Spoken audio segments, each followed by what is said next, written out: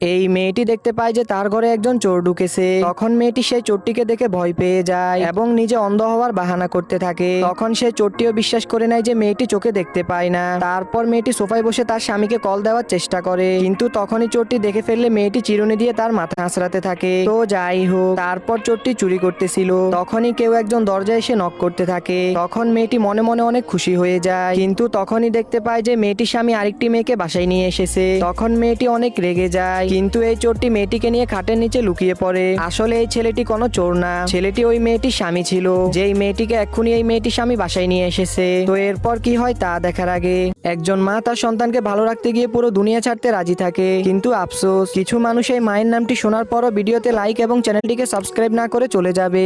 তারপর যখন তারা ঘুমিয়ে পড়ে, তখন এই ছেলেটি এবং মেয়েটি মিলে প্ল্যান করে তাদেরকে খাটসহ বাইরে নিয়ে যায়। এরপর ছেলেটি ঘুম থেকে উঠলে অবাক হয়ে যায়, কেননা তাদেরকে খাটসহ সমুদ্রে ভাসিয়ে দেওয়া